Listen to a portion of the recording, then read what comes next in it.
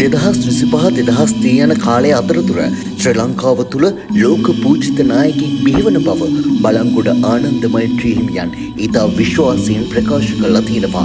මේ නායකයා බිහිවීමෙන් පසු ශ්‍රී ලංකාවේ අනාගතය සුබවාදීවම 2050 වර්ෂය වන විට ශ්‍රී ලංකාවේ තේරවාදී බුදුදහම මුළු ලෝකයේම ඒ වගේම විශ්වීය ආගමක් බවට පත් වෙනවා කියලා බලංගොඩ ආනන්ද මෛත්‍රී හිමියන් අනාවැකි පළ කරලා තියෙනවා.